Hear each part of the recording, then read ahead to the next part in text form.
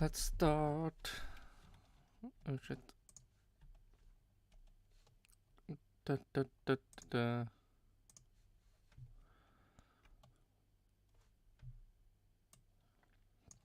It's time for some more Formula 1. It's time for Aston Martin to show... Oh shit.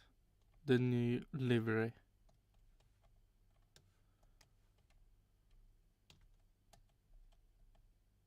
See, that look good. So it's time to watch the launch. I think this is the launch video. I really don't know. It's super short. So we see. Let's watch it.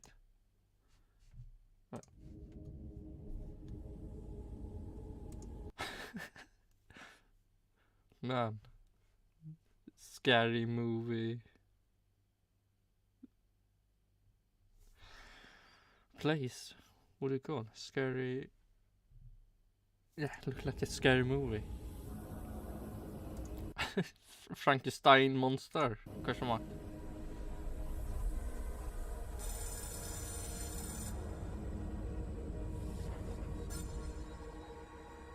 Okay, so let's see. Visa Cash App. Let's see if I can move it. They had like a future gaming launch. Aston Martin go for the spooky times.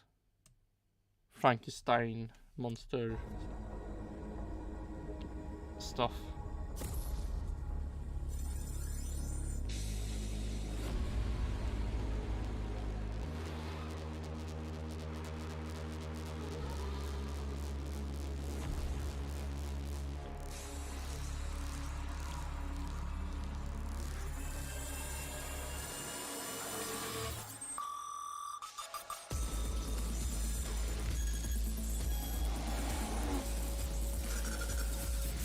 Okay, looks like they almost need a warning with the flashes.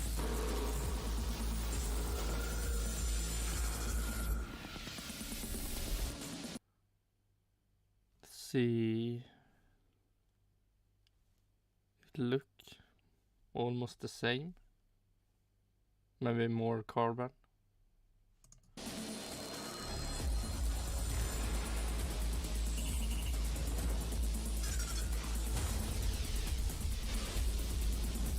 More carbon.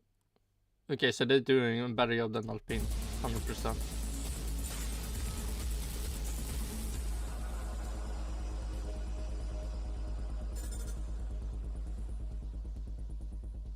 Okay, so this was the hyper focus launch.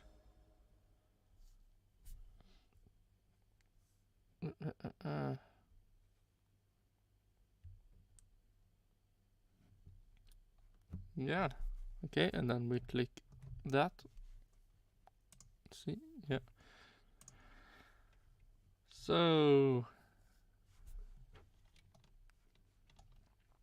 okay, so I mean, they did the more carbon, but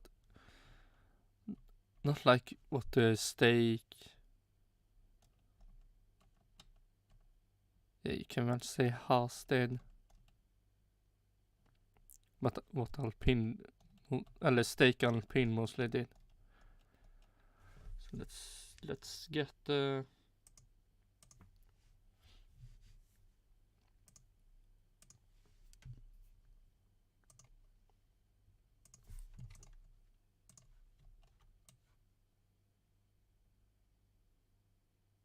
new car. Let's see, where would I put that? I think actually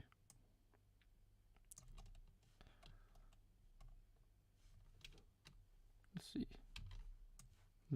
between Stake and Williams.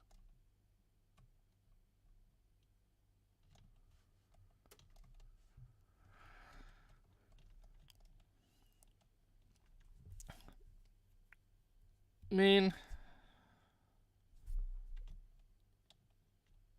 I would say it worse because more carbon, but man, so much better still than Steak and Alpine and Haas, even if it's almost just the same. Oh, look like more color on the wing in the back.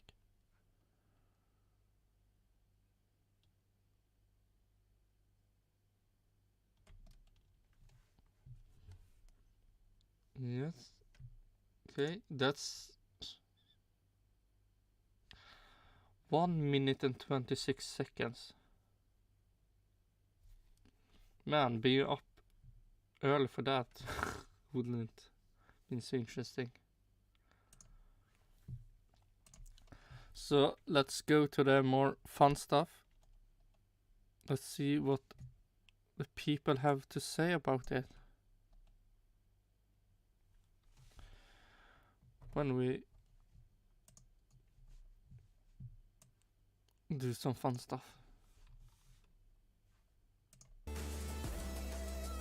And it's, let's see, Aston Martin AMR24 reveal the most important car yet. The most important car.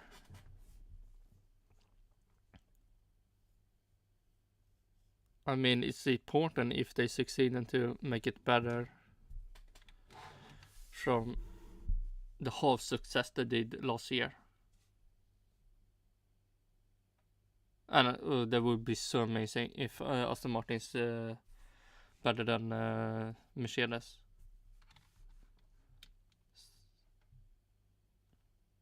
So you could say to be better than Mercedes could be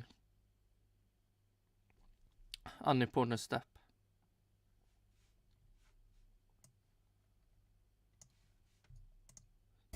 But let's see. Aston Martin are the 6th team to... And also, we will continue the mining out the place. Like where I stopped last time. So just continue from what I was when the Visa Cash App happened.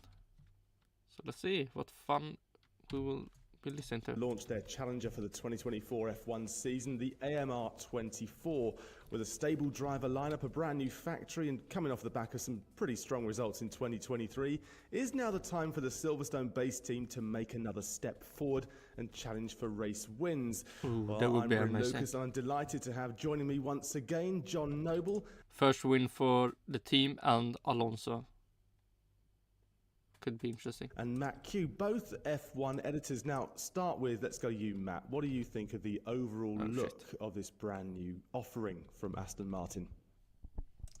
It's a bit like the other cars we've seen, isn't it? It's that step forward, sort of more of an emphasis on outwash around the front, but they have resisted the temptation, like RB and other teams, to sort of converge around that Red Bull pull rod suspension design. But other than that, I think a bit like, you know, this generation of cars as a whole, it's an evolution. Everyone's done their big sort of step away from zero/bathtub side pods to a sort of Red Bull design, which is the obvious thing to do because that's the fastest design. So yes, I've not sort of we're recording this quite early in the morning. It's not a sudden shock that's jolted me into life this morning.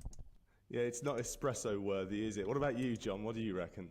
Yeah, I mean, it's a step forward, but I think with some interesting tweaks. I mean, it wasn't a team that got it wrong last year and needs to rip everything up and start again. Started really strongly in 23, had that dip where they just kind of lost direction with developments and couldn't get things to click. So they spent a lot of the time experimenting and pulling it back. So I think it's more about making steps where it needed to make. So, as Matt said, the front wing more outwash, side pods a bit more aggressive, floor more aggressive, and rear they've gone push rod rear as well, so which basically gives us the clue of what the Mercedes is doing, so take the Mercedes suspension and gearbox. So enough tweaks there to push them forwards, but it's a grid that's so tight and compact. I think they all know nothing's guaranteed this season. Oh, time already. Fuck. Yes, some subtle tweaks, as you say, some evolutionary changes, which kind of have For the better, for the better, yes. Hopefully.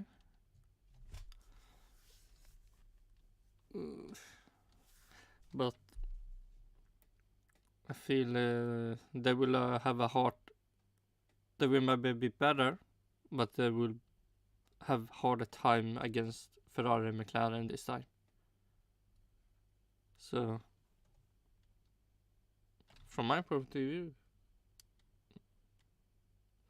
so we will see. to happen in Formula One in anything, How don't they? they If they don't make any succeed. changes, they stand still, and if you stand still in Formula One, you actually end up moving backwards. What can Aston Martin realistically hope to achieve then this season with this brand new car, with the same driver lineup? Let's start One with win, you, maybe. Matt. Can they actually challenge for wins this year? It's so hard to say after how strong Red Bull were last season, and obviously Aston Martin have, they've tried to learn from mistakes, built a car with a sort of higher ceiling so they can develop more into it. But when you consider how strongly McLaren came on, the fact that they've got a new wind tunnel and key personnel who are already started work, but they'll feed into the team, there'll be a bit of lag, so they'll push their forward. Mercedes new concept, Ferrari, so if you've got 4 other teams or 4 teams in total fighting for wins, aside from Aston Martin, which feels like an embarrassment of riches compared to the last sort of 2 years. For Aston to then sort of come from, okay, they got that podium in Brazil, but effectively come from behind in that group to then, win a race.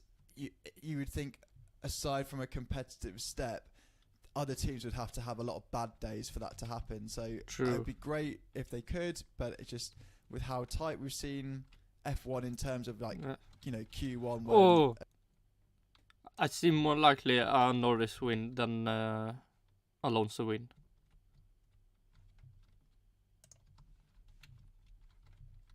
And surely Leclerc win.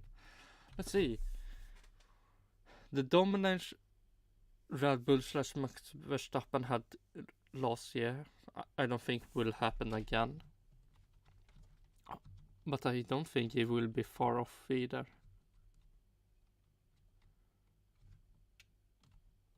So I would say at least 1 win for Norris. At least 2 wins for Leclerc. Maybe a win for Carlos Sainz. That's hard to think. And also maybe a win for Perez if he don't fuck up this season also. And then maybe rest Max Verstappen. That's probably most likely things to happen. But let's see. A 10th.5 covers the entire grid, and with how strong Red Bull were last season, it is tough to envisage Aston Martin winning. I still think that'd be an upset. But what about podiums? Do you think we'll see them challenging for at least step number 3 come the end of the race? Yes. Definitely, yeah. If they've sort of seemed to slightly alter their approach where they came flying out of the blocks last season and lost their way to the development curve. They seem a bit more content with the car being sort of so out of the box and then being able to have a really stable platform to develop onto. So if it's not like the flying start Alonso made last year, then certainly by the end of the season, I think, as you have that sort of cat and mouse race between upgrades where teams takes a step forward and then settle in as other team get by. If they're sort of early with upgrades or whatever, I'm sure. Man, the upgrade is unreal. John, I'm not sure if you'll agree with Matt, but I think you probably will. I think what we might be heading for is a season where there's going to be a lot of weekends where teams are in the window and weekends where they're not. I think the grid's compressing. Everyone's getting closer and closer. Consequence, probably a double consequence, cost cap, biting, and the fact these regulations, I think they do have a limit in terms of how far you can take car performance. And I think the teams at the top are kind of slowing off and the teams at the back have a lot of room to catch up. So if it's a couple of temps between getting knocked out in Q1, getting through to Q3, there'll be weekends where teams don't get the tyres switched on or the setup's wrong or they've kind of fallen behind, others making upgrades. So I think it's going to be a weekend where maybe, a year where maybe consistency over the season is going to be quite a hard thing to achieve. But equally, there'll probably be good weekends where you'll get podiums, other weekends of disappointment. And who knows, if someone has made a big step, if Red Bull's a bit destabilised by all that's gone there on there this winter, why not roll the dice a little bit? And last year, they came close to winning in Monaco. Why can they not do it again? The biggest reason, if Perez make a good season, then there's 2 people up there that can win a race. Then you have Leclerc and Lando Norris. And I think if I would choose, I would I believe more that Leclerc could win the Monaco race. Maybe even Azerbaijan also. But Alonso to win that's I don't believe so much on. So would you say, John, that Aston Martin feel that Or fucking Stroll. I don't believe he will win ever in Aston Martin. Red Bull are beatable, at least on a one race opportunity? Well, Dan Fallows, technical director, we spoke to him and he said, Red Bull is absolutely beatable. And I think that's the mindset. It's more a mindset that they've got to have, that, the physics are the same for Red Bull as they are for Aston Martin. So it's all about producing a car that optimizes the physics all around them, produces a car that's quicker. So they're pushing on. Red Bull does nothing that no other team, is impossible for them to achieve. So I think they can push on. I think it's hard to beat where Red Bull's at because it's got the best platform. It's understood the rules better than anybody else. But teams are closing up. There are opportunities opening up. I think it's unlikely but for other teams, anyone to, especially Aston Martin, to beat Red Bull over the course of a championship. But on one weekend, bit of the rub of the green and luck going their way. Well, they don't also need to beat Red Bull. They need to beat Ferrari and McLaren, I would say, and maybe even Mercedes sometimes. So I wouldn't say it's just be better than a Red Bull and then you win. Why not? But mostly. Yeah, why not? Exactly, why not? And that's the argument, isn't it? They'll all be saying, well, we've got a chance, we're out on the grid and we've got a decent car. Last season, though, they started phenomenally. They had a really, really strong start and then they had this real mid-season slump. Are they expecting to not have this mid-season slump this year? Are they expecting to get over it? And if so, how are they going about that, John? Yeah, I asked Fernando Alonso this question. I said, do you have confidence that the team understood what went wrong and have done what it needs to be? And he says, yep, because if I hadn't, I wouldn't be sleeping at night, because it was the big thing that derailed their championship last year. They're quite coy on what went wrong. It's probably a combination of there were some front wing rule tweaks came in last year, so some team the FI tightened up what teams could and couldn't play around with on front wings, which had an impact, even though Aston Martin has neither confirmed nor denied it was involved in any of that. And upgrades, they've talked about side effects. So I think these cars are very, very complicated in terms of pitching the right aero platform, where you want the car, ride height wise in slow corners, medium corners, high speed corners. Very, very complicated. I think it's very easy to plug something into the system of an upgrade that appears to deliver an answer in the wind tunnel on the computer and on the engineers' computers, but drivers can't optimize it. We saw Lance Stroll lose confidence in the car. The rear end of the car got a bit loose. It's something Fernando Alonso is much better at dealing with. So I think they just dialed something into the car. Took them a while to work out what it was, but I sense a better degree of confidence now that they've understood what happened and it won't happen again.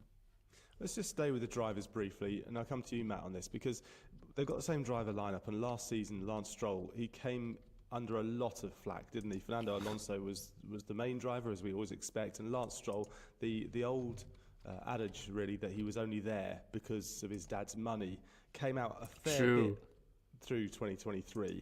What does he have to do, and what's he expecting and hoping to do this season?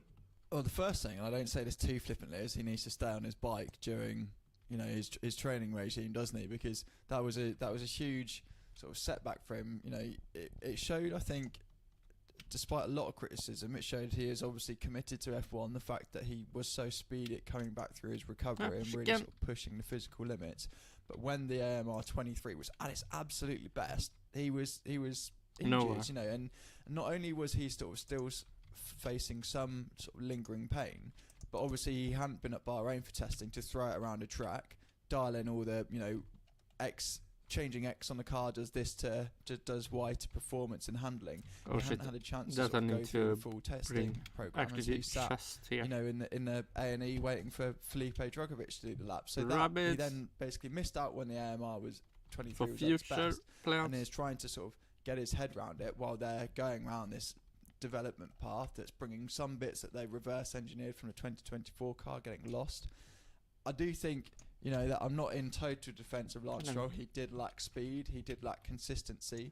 I would also, compared to Alonso, I'd also think there were a couple of his approaches with his mentality were the huge qualifying shunt he had in Singapore, just because he was 3/10 down and said, sod it, let's go flat out through the final corner. Well, the final corner isn't flat out, and then you've smeared a car into the barrier. You've given your team a whole load of work to do, taken a nice chunk out of the cost cap. So I don't agree that's the right approach. So, but he also, so if you can find a little bit of that speed, he also says, I had the lion's share of technical problems and unreliability last year. So if they can be a bit more evenly spread out, then I'll be a bit closer. I'm not saying for a moment that he's going to sort of dance all over Alonso, but if he can just make that team a bit more sort of evenly matched, and so in a Constructors' Championship there won't be such a gulf, and then suddenly McLaren, Ferrari, Mercedes do look that bit more gettable. But it's easier said than done, isn't it? Just trying to close that gap when you've got Fernando Alonso as your teammate with so much experience. John, what do you think Lance should do or could do this season? What's his main aim? Nothing. Well, I think the main aim is to get on terms with Fernando, but I think that's a pretty nigh on difficult task for anybody in Formula 1, because Fernando is a monster. He's talked. I mean, Fernando always says he's at his best, but he made quite an emphasis when we spoke to him about being his best. He's got a new nutritionist in the team, changed his approach to food, changed his approach to fitness regime. He's changed his approach to dealing with races and jet lag. So he's pushing himself on. He's been through all the physical tests. Says the slight deterioration he saw last year has been addressed. He's in the best. The data says he's in the best shape he's ever been. The motivation's there. He's also got that interesting dynamic of the Mercedes seat for 25 being around. Whether or not Mercedes... Let's see. How likely will it be for Alonso to be in Mercedes? I mean, that's really what Mercedes want. But I feel like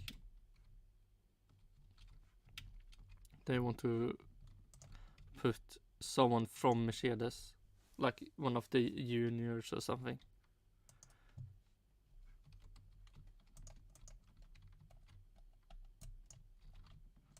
Then putting Alonso there, but who knows? Wants him or not? Like I said, I would want Mick Schumacher to be there. We don't know, but Fernando knows he's a free agent, he's available. He said several times to us that there are 3 world champions on the grid right now, and only one of them is available for next year. So he's in quite a good position in the driver market, depending on how things shake out. Performing well. So, it's going to be tough for Lance to get on top of it. And I think critical is how the car performs. If Lance, when the car, he's got a car underneath him he's totally confident with, can be really, really quick. He pulls out. I feel like I really need more trust. In tricky conditions, for example. So when the circumstances are correct, Lance can do it. The problem is he's not as consistent, and if the car isn't to his liking, he will never be. We saw that middle phase of last year, he struggles quite a lot. So I think if he can get close to Fernando, he'll be happy. But I'm not sure that we will not. The team owner wants him to be close to Fernando. I think the team owner wants him to be beating him. Yeah, exactly. But the trouble is, there's a lot of drivers out there that can be good on one race. They can have there's some very, very good drivers that have even won Grand Prix in the past that you'd say weren't great throughout their entire season, but they had or their entire career, but they had a decent one-off or two-off races. So there's going to be a lot of pressure on Lance. And if we look at 2025, and we're still kind of picking through what happened just a couple of weeks ago when Lewis Hamilton announced that he was dashing over to Ferrari, and you've kind of hinted on this distraction, should we say, for the drivers. Is it going to be much of a distraction for Fernando Alonso and for Lance Stroll looking ahead to 2025? I'll stay with you, John, on this because you brought it up, so let you bat this one back. I think for Lance not, because I think, as long as Lance is performing at a certain level, I think he's virtually assured that seat anyway. I think only if he was, back of the grid, not interested, delivering no points, I think then it would become a bit of a different issue. But I think if he's performing consistently to a set level, then he's in. And I think Fernando, in some respects, Fernando quite likes these situations where there's a bit of uncertainty in the driver market, kind of feels he can play it. He's, Aston Martin going to have to convince him that it wants to keep him as well and offer him certain things. So, if Fernando's motivated, Fernando knows how to play the game in Formula 1. He's brilliant at mastering the paddock. What I heard, he wasn't the great master when he left Ferrari, I think. I've heard. He thought he will be in a Red Bull or something. But no one wanted him after that. Kind of loves politics and intrigue and playing the press and all that kind of manoeuvring. I think it's perfect fodder. It's probably better fodder for Fernando having this uncertainty in the driver market than if Aston Martin was the only seat available and he didn't have options and couldn't kind of manoeuvre things around. Because I think when he feels himself backed into a corner is often the time that kind of the toys come out the pram sometimes and something dramatic can happen. He's a dangerous beast, isn't he, when he looks ahead and there's possibilities and doors are slightly ajar, and I think Fernando's forced quite a few doors open over the last few seasons, Matt. Yeah, well that's why Aston Martin should be well aware that if they're not careful he could go, because it's just the same way they got him, isn't it? Alonso was in those drawn out contract talks with Alpine over does he get a 1-year deal? Well, I mean, that was something. Alpine had Alonso and Piastri on contract, and then they lost both. Man. And both Alonso and Piastri got a better deal. Piastri got to McLaren and Alonso to Aston Martin. 1+1, I want a 2-year deal, and then Aston Martin swooped in and picked him up, and it was. And I would say Gasly some way also got a better contract, because he could not drive for a better team than AlphaTauri, and he also can get out what's it called, junior team for Red Bull.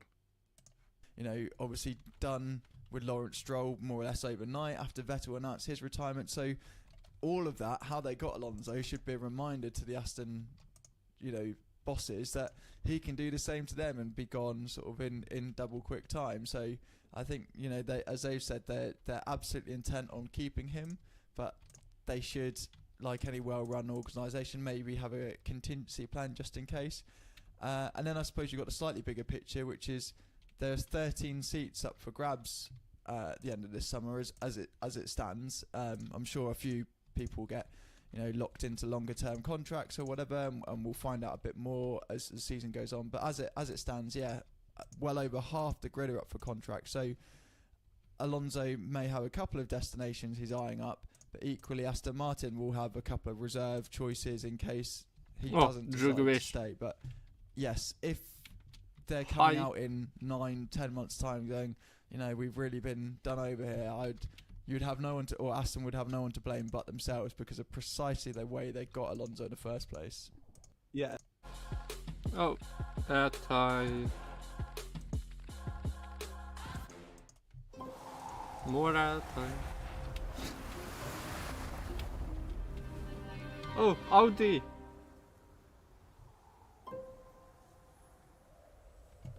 Formula 1 2026 with win the first John, race. Staying with Alonso for a second, I know it sounds a bit like a dull topic because we just know how good he is, but will he have a lot of opportunities this year, or do you think that his age will be a factor when teams look to their future as well?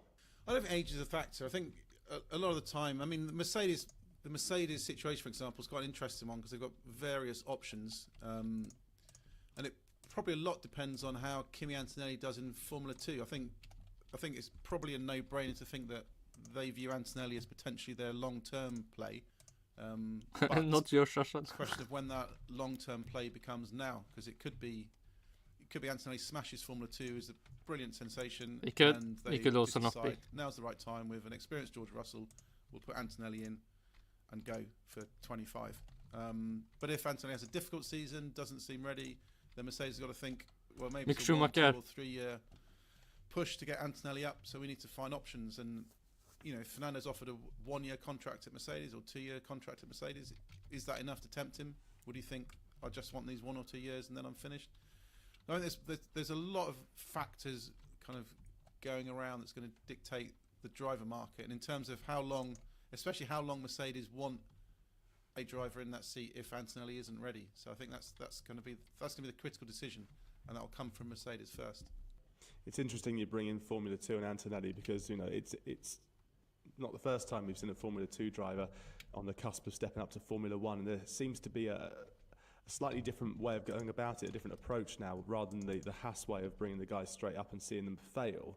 We saw with Piastri, didn't we, that he spent a year out on the sidelines as a test driver, reserve driver. Matt, do you think that it's likely we'll start seeing these Formula 2 drivers, these quick F2 drivers stepping straight into an F1 seat, or do you think there will be that 1 year to adjust? I don't think the pattern's sort of set in stone one way or the other, because I know that Piastri's camp absolutely hated that year out and really think it's a year lost and that he should have been in the car, particularly with how that relationship went south with Alpine. I mean, because Piastri had 1 year out of the car, it made so he could drive for McLaren. So, in a way, that year made him get a better car deal. But then, you look at a couple of other examples. Dragovic will forever be in that holding pattern. There are sort of limited seats. So, I don't think Piastri, anyone should set the template off that. And I don't think Mercedes would have any intention. I think if Antonelli is the one and he wins the F2 crown this year or next year, if there is a place in Mercedes, he'll go there. If there isn't, they will ensure that there's a berth at Williams. I'm convinced of that. So I don't see him doing the 12 months out testing of old cars regime that a couple of his predecessors have had to make do with. On the Alonso thing, I also thought it was interesting when we spoke to him. So just the narrative creep that we go from drivers saying I don't see myself in F1 when I'm in my 40s or in the next year reset. He was then. The numbers I think he was talking about as if he can keep his condition primed and have the enthusiasm, then he started 47, 48, maybe he could go up to 50. It is a possibility. I just love that sort of creep in the narrative from Alonso. He's it's off season, but he still box off. He had a pop at the testing format as well, which obviously he'd sat down with a cup of tea before speaking to the media and thought, yep, this is a point I want to make, and so he's just as fired up as ever, and that's brilliant. Well, he's earned the right, hasn't he? He's a bit of a tinker, but he's earned the right. We saw Vettel doing the same thing, didn't we, near the end? They just thought, well, yeah, I'm going to say what I want to say because I've earned the right to do so. So it's great to see him still pressing the buttons. Let's head back to Aston Martin and stay with them for a second, because they are a team that seem to be on the cusp of breaking into the top 3. True. Everything seems to be in place. We mentioned And at the hopefully top, they they've got will. a brand new factory. There's got the new And maybe Mercedes is their glory times is over, so they were going backwards. car that's come out as well that we're talking about here today. Can they realistically look to break into the top 3? And I don't just want a one-word answer, John. Top 3? Do you mean Red Bull, McLaren and Ferrari? Because Mercedes isn't top 3.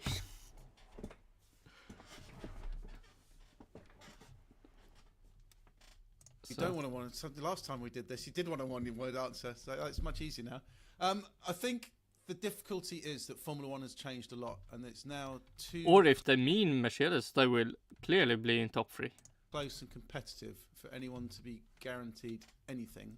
I think some teams can feel that they've had a brilliant winter and made step forwards, but I think a lot of teams feel they've had brilliant winters and made a step forward. And we're now talking 1, 2, 3 tenths of difference between being really, really competitive and at the front end of that midfield and fighting for podiums and wins, and struggling to get out of Q1 and having a bit of a mare. Oh my god, the flashes is... I think it's going to be quite Why? brutal. Stop using that. This season, in terms of how that shakes up. So I think the critical thing is starting the season, as Aston Martin talked about, with a platform that you can develop aggressively, and then you're going to have to push on as quick as you can without busting your cost cap to bring development and keep pushing forwards. So I think the potential is there for Aston Martin to do it.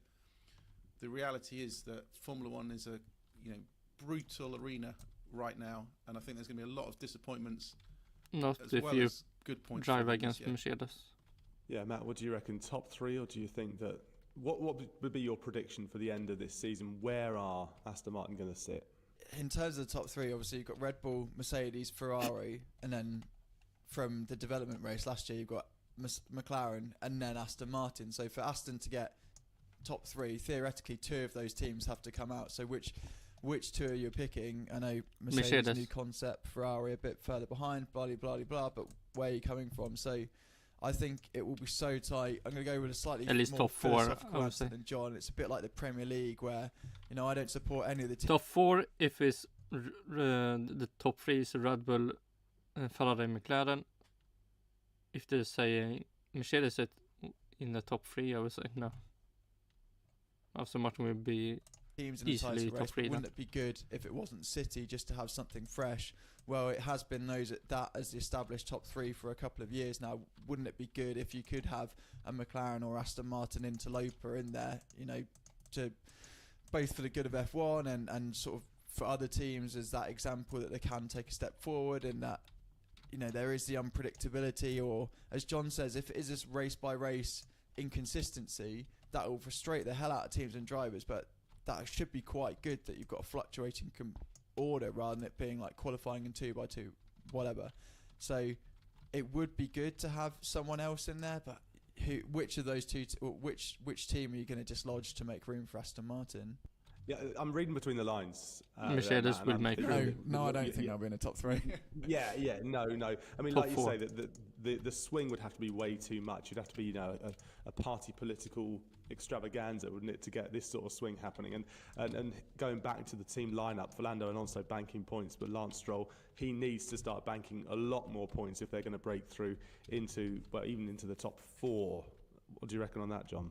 Top 4, yes. That's the other factor we've not discussed is Lance didn't deliver as many points as Fernando last year. So, and if things are really tight, if we are into this, season of ups and downs, and knocked out in Q1 one weekend, top, front row of the grid the next weekend, it's going to be about you need to deliver when that car is capable of delivering. You can't have if you're off weekends or the weekends your car's strong. That's not very good for the team.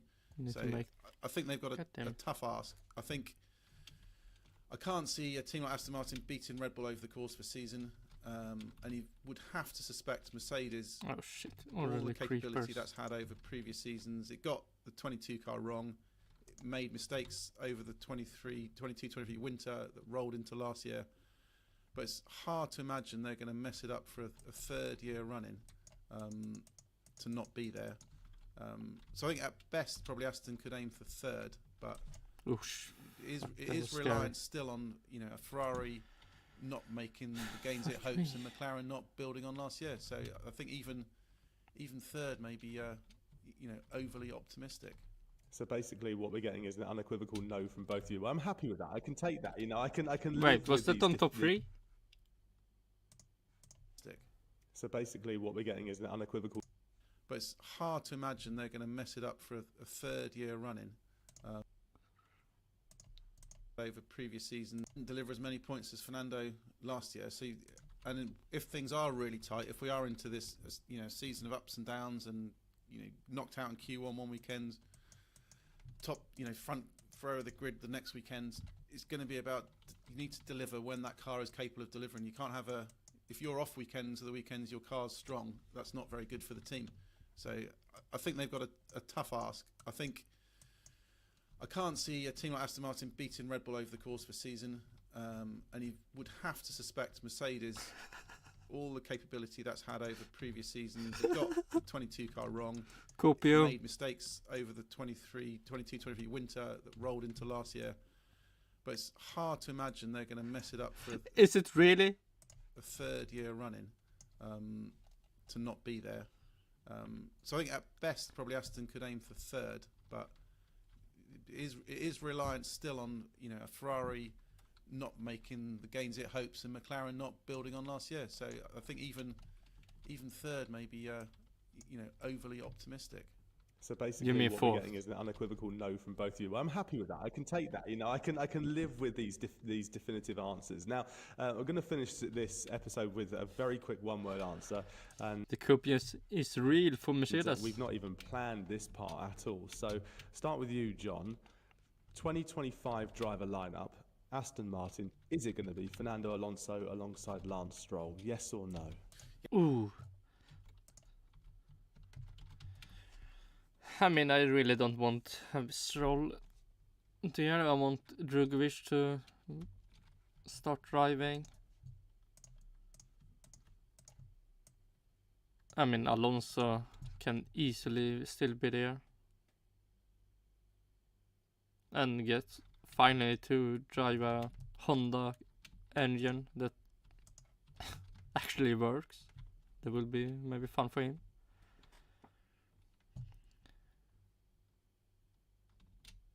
But I mean, Stroll will still be there. So I would say no changes. If Stroll doesn't want to do another career or something. Yes. Matt? For sake of difference, I'll say no. If I ask you to expand upon that, will that throw you completely under the bus? No, I just think there's, we know that Aston Martin put a couple of feelers out last year, whether that was to replace Alonso or to work alongside Alonso. So you've got that on their side, and then I'm sure Carlos Sainz topping and tailing his CV at the minute, a couple of other options. So if Alonso was to do something slightly Machiavellian and take the exit, then I'm sure they'll have, whether it's as inspiring as a replacement for Alonso, but yeah, I'm sure they'll have someone else on speed dial. Yeah, we have it. Gents, thank you very much for your time. It is early in the morning. Hopefully you could hear me properly in this lovely echoey surroundings that I've got, but it's been a real pleasure as always. And thank you for watching as well. There we have it, the AMR24 Aston Martin's offering for this season. Don't forget, we've got more Formula 1 launches coming up with Ferrari happening next. Like this video and then also click subscribe so you don't miss out on any of them. Thanks for watching, and we'll see you next time. Ooh, oh my god, Ferrari, it's tomorrow. Oh, no shit, Ty, shut up. We go. Man, I need to fix that so I can actually have my Minecraft gameplay is without and with the YouTube. Okay, we turn out sound off so the ad can finish. Let's see.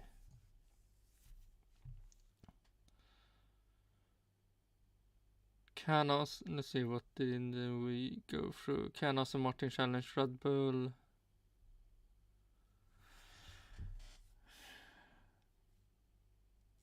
Let's see, could I? No. I believe more on Ferrari McLaren. Last year mistakes will probably not happen in this year. Lance Stroll goals is to be good, but will he? No. With silly season this track, probably not.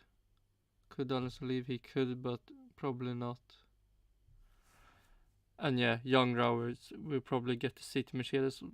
Why waste? I mean, if the young drivers is the future, why not pick them? I mean, Red Bull picked Max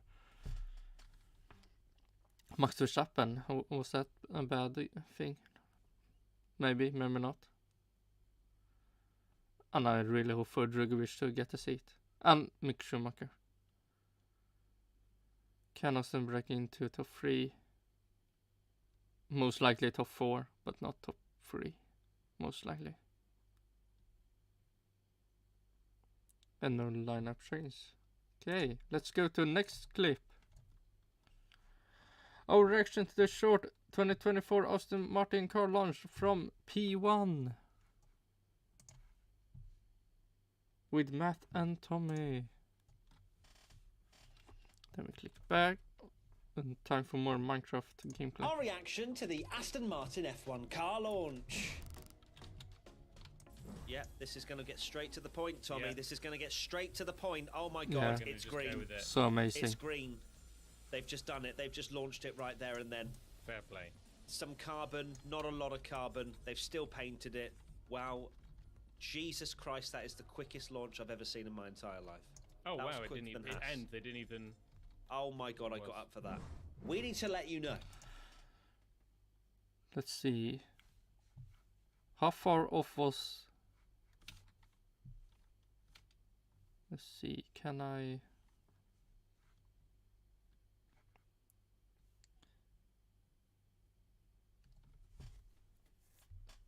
see, I wanna see.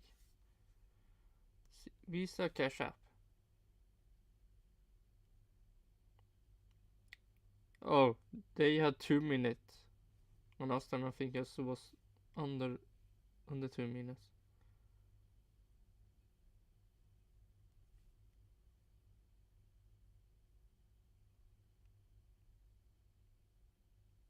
Let's see, where can I... Give me their YouTube channel. God damn it.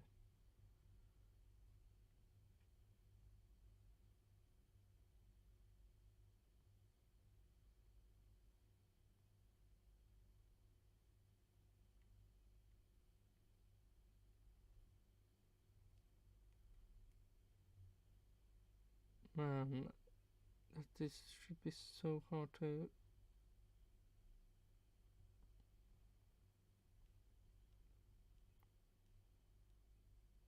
Yeah, 1 minute 26 minutes. Holy shit, this was so hard to find.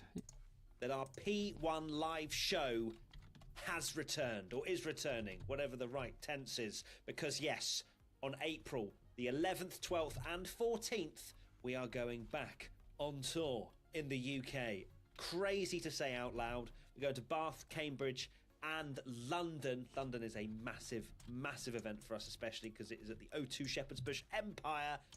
What I will say... I don't care. Let's skip this. If you want to know, you can pause. I can't believe we do these things, but they've been really fun and people seem to enjoy them, so get involved. Right, Becky Hemphill. Do you think that Aston have been clever in their design by still keeping the signature green and having the carbon parts of the car as discreet as possible? Yes. So yes, the livery.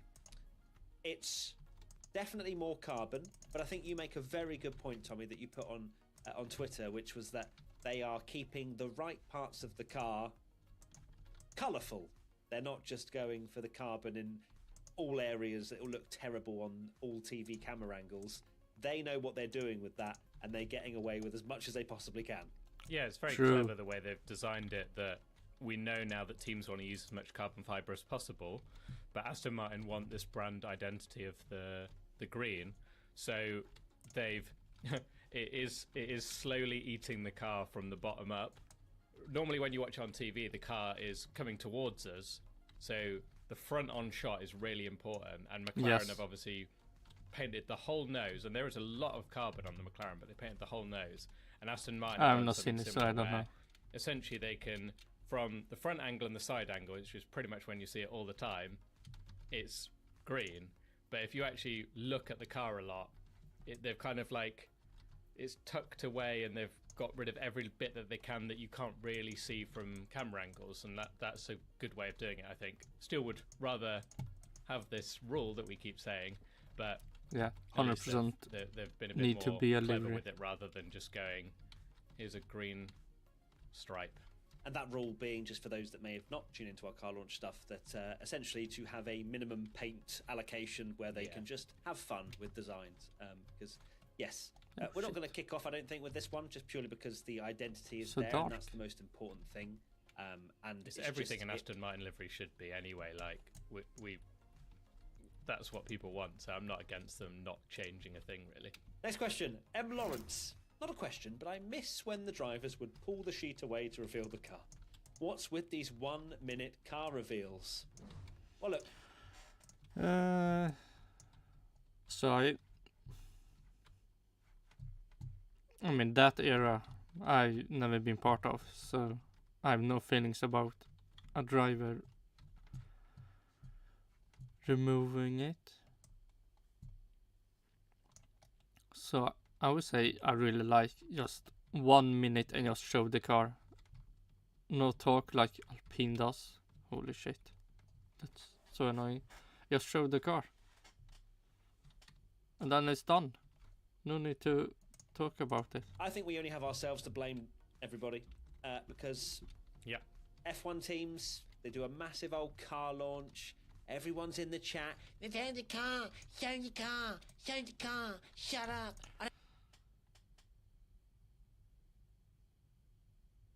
Okay. Chase the one and start crying because you need to go up early. Don't care. Sad fuck. Get the car out. I'm not here for anything else. And now they're like, oh, no one cares. Stop doing stuff early. Why? Let's roll the car out. We'll just get some social clout. And everyone's like, where's the car launch? I want to hear from Lawrence Stroll. I want to hear from Lance Stroll and Fernando. So, what I will say is that, yes, F1 teams it can't is a win. shame. Yeah, F1 teams can't win. I You think there talk is a only on perfect British fans? happy Kushma? medium here, which we will get onto. But yes, it is a bit of a shame because I like car launches to a degree when it's a decent length and you know you build up to it. Oh, a No. little bit of sprinkle a bit of boring in there. Lovely. Just get a few messaging in there. Waiting day after day for the day of the launch. You already waited enough. So And then show us the car. wait It more. is strange, yeah, that they've done a car launch and we've not even really seen Fernando or Lance. I mean, Or they could say the car launch is at this time on that day, and then they just start early with other stuff. Then nobody can complain. The car launch is at this time, so just be there when that time comes, and skip the rest. Lance doesn't tend to get involved in these kind of things anyway. But from the sounds of it, Aston Martin are doing a bit more throughout the day. Like we And by the mentioned time at you're the start. listening or watching this, you We may might have well have seen all seen of that. Fernando Alonso flossing down the pit straight at Silverstone. Like, we have no idea. So Flossing. Sam Dougie Douglas comes in with, are the online launches because of the cost cap? I think we just need to clarify this one for any confusion. Who No, knows? The online launches are not directly because of the cost cap, because the money for marketing and things like that is not developing the car. That's what the cost cap is there to do, is there to close the gap, supposedly, between teams. It could be. yeah, teams probably do weigh it up. Maybe it is a case of some years they're like, we've got a new title sponsor, or we've got something like I mentioned earlier with Stake, and then they really ham it up, and then they're like, well, not much has changed this year, let's do a bit more of a low-key one. No new drivers, no new livery, no new sponsors or anything like that, so let's just do something a little bit different, and maybe not go so over the top. And clearly that's what Aston Martin have tried to do. This next question I think is actually a great one. It comes in from Jace VI.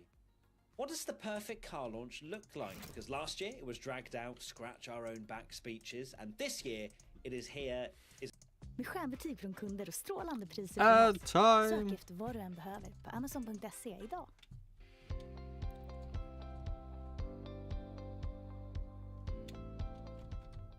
Is a 2-minute clip. If P1 was planning a car launch, what would it look like? All right. 2 minutes. Enough. Hold up. Let me cook. All right. Oh, it so, will be shit. P1 car launch starts off with Justin Bieber coming out and singing a couple of songs. Get everyone in the mood. You know, Okay, JB already shit. returns. You know, oh my God, he's back performing. Bit of Somebody to Love with Usher, because, you know, that didn't happen in the Super Bowl, and I was expecting it might have done. So everyone's like, oh, what's going on here? All right, sweet. No. You know, okay, bit groovy. Get the champagne down you. And then, you know, obviously me and Tom will both be joint team principals, so Natalie Pinkham will bring us out, both of us together holding hands. Okay. And then you she'll propose. ask us, you know, you what do you want take to out the ring. The P1, Aramco, ATM, Visa Cash App, Kellogg's, Specsavers fans out there, and we'll say, look, you know, we're not going to make any promises. We will probably be at the back, but we're here for vibes. So after that, a little bit of, you know, not too long, maybe 5 to 10 minutes, just chatting away, you know, about our ambitions for finishing last in the championship, even though we're known as P1. And then after that, we do a little tease, but we don't let out the whole car. We do a little, I just want to show you something. 1 minute video, bam, bam, bam, bam, bam, few angles. People are like, oh. No. And then we go into another couple of songs from Justin Bieber. Maybe Fuck brings me. out a little bit of Beyonce, Fuck is this? Jay-Z, you know, that kind of vibe. You know, let's get this into a little concert at this point. Forget the car.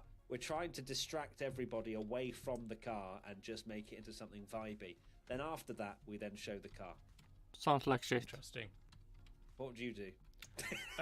Show the same, car. but not Justin Bieber. I'd have like Metallica or something. We'll alternate. We'll have one we'll have, Justin Bieber song, yeah. one Metallica song. That'll do it. Split our personalities, like just have it like really like jarring. I would. One thing I'd have loved Aston Martin to do is, you know how they announced they're doing their shakedown today, and they did the whole YouTube premiere in the garage. I thought that was a good idea because Cash App RB didn't premiere the video, and that made it really confusing. So at least we all got to watch something together. And you know, the lights come on in the garage. You kind of see the car, like it's a bit mysterious, and then it rolls out the pit garage, down the pit lane, and then it cuts to Silverstone, and you get a live stream of like the first shakedown. So it's like a seamless kind of like, yeah, we've seen a Formula 1 car on track, and that's what everyone loved about Ferrari. Let's see. True. That would be interesting.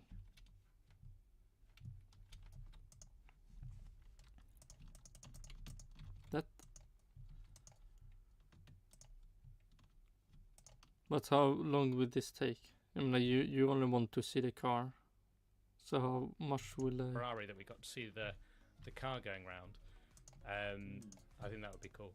Next question from Mustoman1. Do you think this car can give Fernando his 33rd win at some point in No. the season?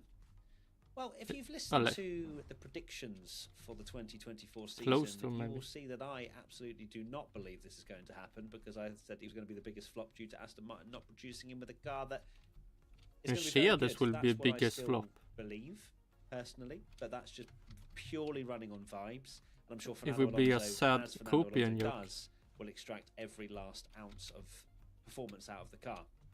But it depends whether that After 3 years.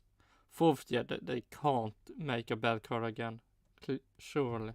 car is trying to make it into Q2, or if that car is trying to get on the podium.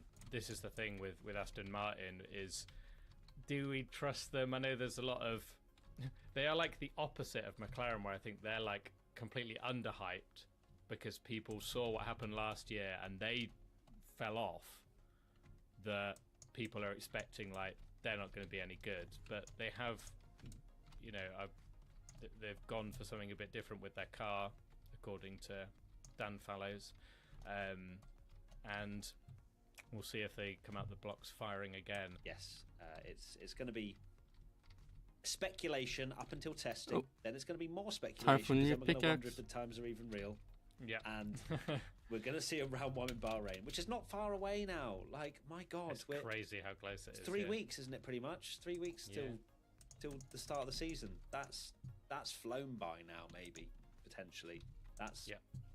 I'm ready. I'm so ready. I am. And I think that's a beautiful time to end the podcast here today for the Aston Martin car launch. Thank you, everybody, for watching and listening. Remember, P1 live show tickets are selling No, fast. I don't care.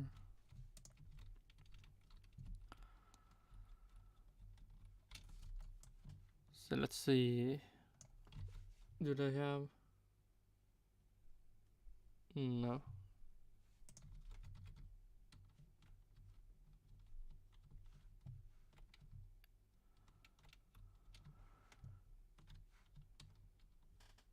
Okay, let's go.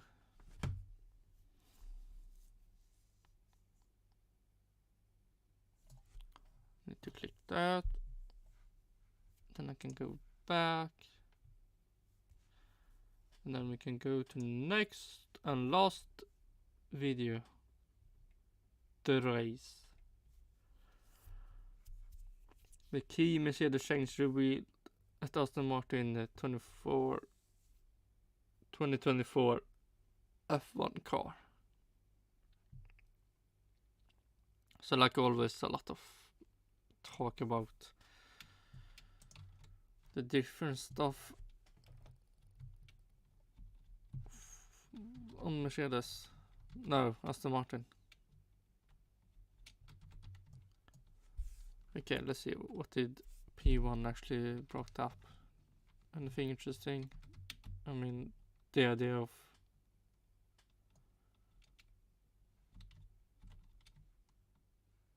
have a Formula 1 launch sounds really bad.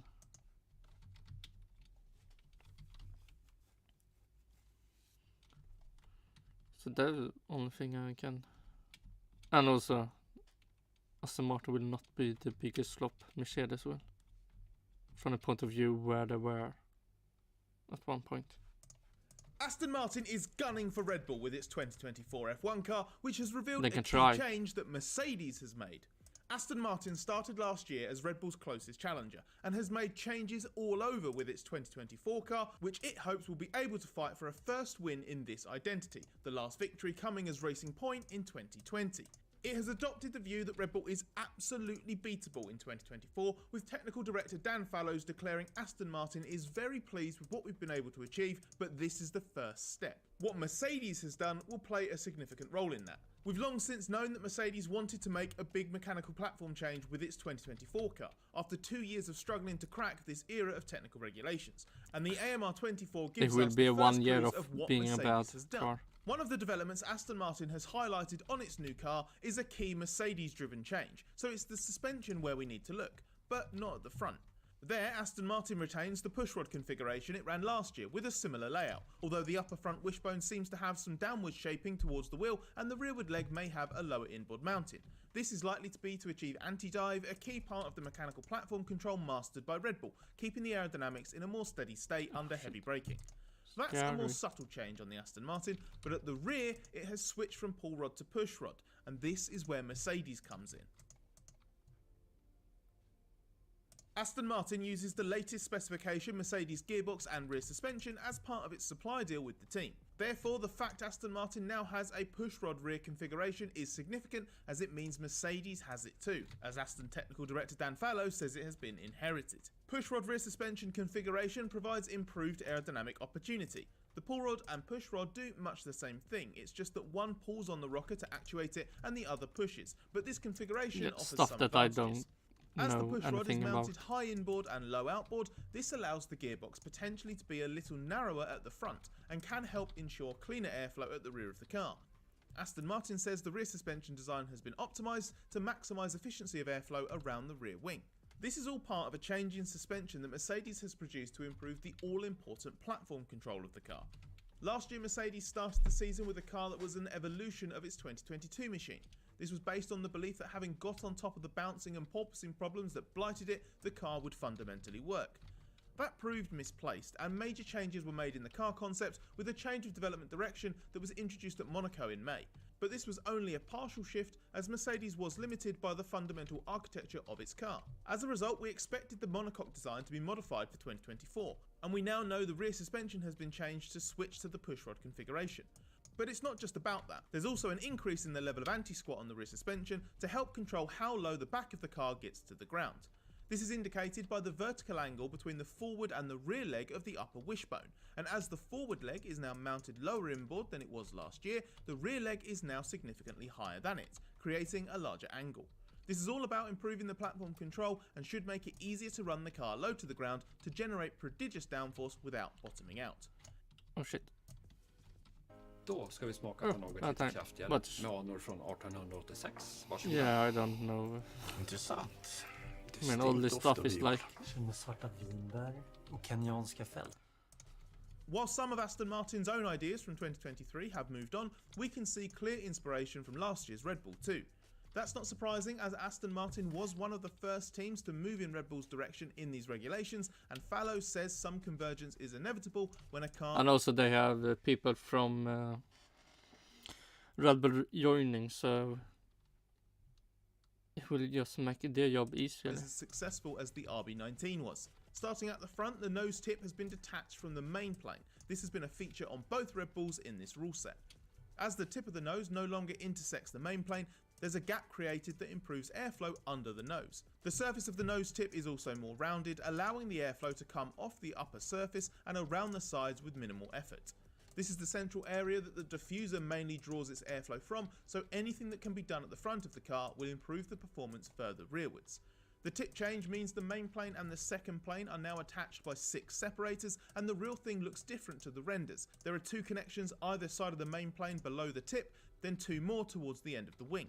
The second plane and the wing element above it also have several slot gap separators that weren't pictured on the renders, but these look fairly standard, not like the aerodynamically shaped ones Mercedes once trialled. Moving to a favoured area of change across the 2024 cars launched so far, the sidepod inlet, we can see another step towards the Red Bull approach. Aston Martin already adopted the extended lower part last year, but its current interpretation is the closest to the aggressive Red Bull letterbox shape that we first saw on the RB19 in Hungary last year. It results in a very different sidepod inlet profile for the AMR24 and is the best resemblance to Red Bull's duckbill, as our resident ex-technical director Gary Anderson likes to describe it as. Further along the sidepod we can see more changes. On the top surface, the Aston Martin gully water slide feature remains, although it looks narrower than before with a slightly wider ridge to the edge of the sidepod. On the outside of the sidepod, the launch images suggested a return to the package the team attempted to implement on the AMR23, but on the real thing, we can see the whole pod is more shrink-wrapped than before. After what looks like an even more aggressive initial undercut, the sidepod has a slightly bulbous central section that's cut shorter than the more elongated style that Aston Martin ran with for most of last year. The bigger gap between the pod and the floor now looks to have a smoother surface too. Again, that was a feature of the late 2023 upgrade package, as were the low, small side impact protection system bulge and the turning vanes on the floor edge that crop up again on the 2024 renders, although that SIPS bulge looks bigger on the real car that's run at Silverstone. It's possible that Aston Martin has found a way to address the issues with the upgrade package it trialled late last year and had to abandon elements of. However, we can't rule out elements of this being a dummy before the car runs in testing and the first race. Another example of this is the rear wing, where the basic design on the render looks nothing like the real thing that's run in the shakedown at Silverstone, which looks similar to what Aston ran in the 2023 Abu Dhabi finale. While the shakedown has given us a bit of a steer, we'll be on the lookout for which details are actually the real deal in Bahrain.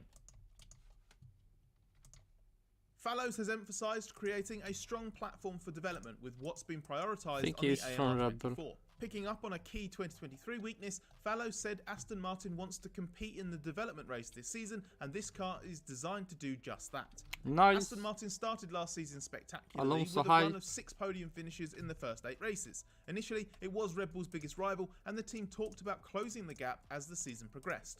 But that ambition was thwarted, and Aston Martin faded from 2nd in the Constructors' Championship after Monaco to 5th. While life was made harder by rivals improving, notably McLaren's transformation from backmarker to frontrunner, Aston Martin's pace relative to the front also took a hit. In the second half of the season, the going got tough. As Alonso puts it, we maybe went in the wrong direction a few times and understood it a bit too late. The question is why? As well as the struggles of rivals helping out early on, there was a run of circuits that masked some of the weaknesses of the AMR23 in the opening races. Its first downturn came in Barcelona, which exposed the difficulties the team. I mean, if Mercedes, Ferrari or McLaren would have been better, then I will maybe always have been 5th place. So, who knows? Had in setting up the car to perform well across a wide range of corner speeds. Alonso finished second with a new floor in Canada, but this was a false dawn as the car lost performance in the medium and fast corners and picked up some rear instability. It's likely this partly lay in some of the trickier to control aspects of this current generation of car in terms of precisely controlling the aerodynamic centre of pressure shift and the behaviour of the mechanical platform. After various upgrades and experiments towards the end of the season, the team went back to basics with a mix and match package that worked well and proved it understood how to get the best out of what it had got. Fallow says that work was relevant for this year's car, and the team expects to put upgrades on the car with confidence as a result of last year's lessons. One consequence of the AMR24's performance level is likely to be Alonso's future. Aston Martin wants to keep the two-time world champion for 2025 and 2026, but Alonso has been more equivocal. Though Alonso repeatedly stated that Aston Martin would be his first priority, he said he would go through a couple of phases this season before settling on his future. First, he claims he needs to decide if he even wants to keep racing, and if is Alonso's word, not ours. That's partly a reflection of F1's bulging calendar. If F1 is demanding more race weekends and more marketing commitments, and he feels his options aren't stunning, even Alonso could decide enough is enough. Working out his options will be the second phase that Alonso referenced. Right now, I mean, he should at least try when Honda is coming in. No, that would be so waste to not try out when the engine is actually... hopefully it is equally good as it is now. With a chance to maybe drive a good Honda engine, wouldn't that be a dream come true for Alonso? now the driver market is shifting massively in the wake of Lewis Hamilton's shock decision to leave Mercedes for Ferrari in 2025. That opens the door to Mercedes for Alonso. He says there haven't been any discussions, but he will know that could be a great opportunity, very possibly a better one than leading the Aston Martin project. Alonso says he does trust what's going on at Aston Martin, but he also knows that needs to translate into the right trajectory on track, starting with the improvements he would love to see in testing, better performance in high-speed corners and better straight-line speed. If the AMR24 doesn't give Alonso what he needs, Alonso's happy to exploit what he calls a privileged position in the driver market, as one of only 3 world champions on the grid and the only available one. As Alonso claims this will be a question he gets asked for the first few months of the year, he's clearly in no rush to commit. He knows there's a chance that Aston Martin will need him a lot more than he needs Aston Martin. Oh, so he can maybe get some more money. Oh shit. Time. The gun.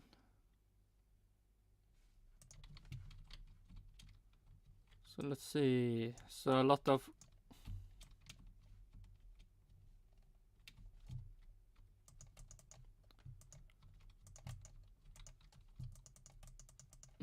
all this stuff about making a car better. I mean, you can talk how much you want, but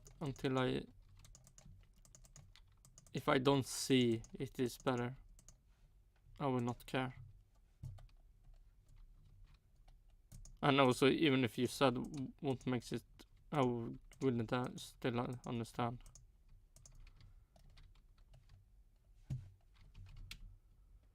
So yeah. But I would say, well, let's see, we pick up everything and then we can start ending the stream.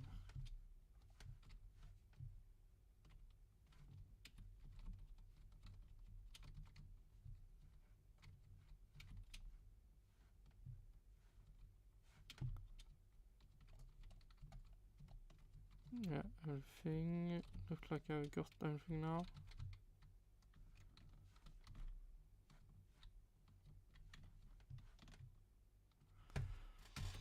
Yeah, we go back to the nice paint.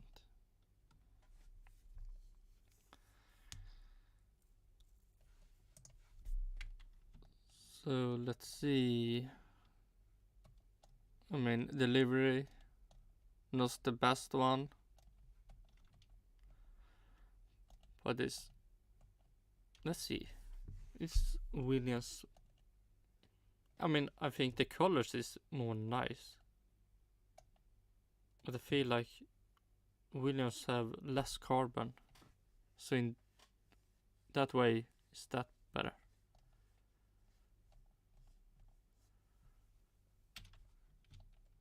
So I think that will not, that's still right.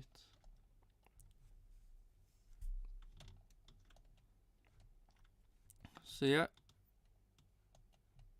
So Aston Martin's new car.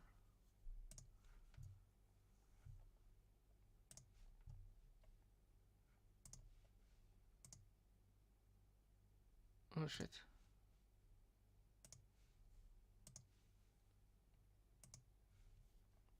And tomorrow is time for Ferrari.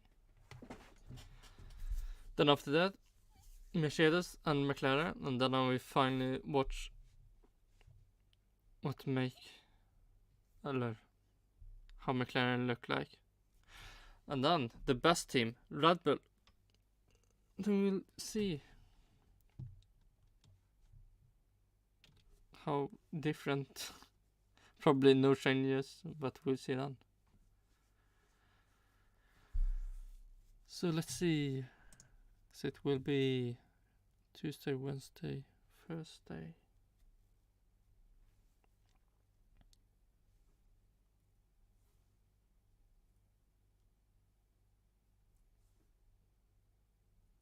Yeah, then I will probably try, if my sleeping is better, to maybe start doing, I mean, more real streams. But I will see. But tomorrow, Ferrari, hype time. Mercedes, no hype there, just go away. And McLaren is more hype. So the free, oh, I mean, if you remove, oh yeah, didn't Matt from P1, I think he said the release launch order of the car is maybe how they will end up.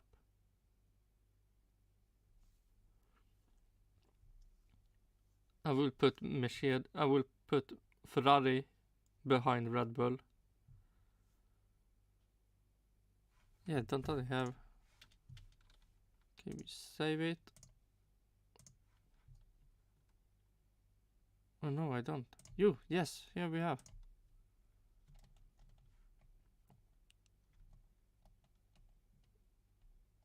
And this is for now. I have Red Bull on the top, then Ferrari, McLaren, Mercedes, Aston Martin. I think last year will be something similar, like Mercedes do something similar like they did last year to this year. That Aston Martin will maybe get more podiums or maybe a close win. But Mercedes will get more points because Lance Stroll is washed. I would say I believe Williams will be up there.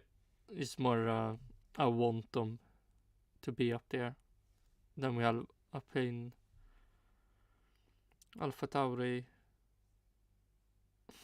That is Visa Cash App. Not Alfa Romeo has. Yeah, Haas will be the new Williams. So, yeah. So Mercedes will be not in top 3. Det will bli mostly top 4. But yeah, this was the Aston Martin really short launch.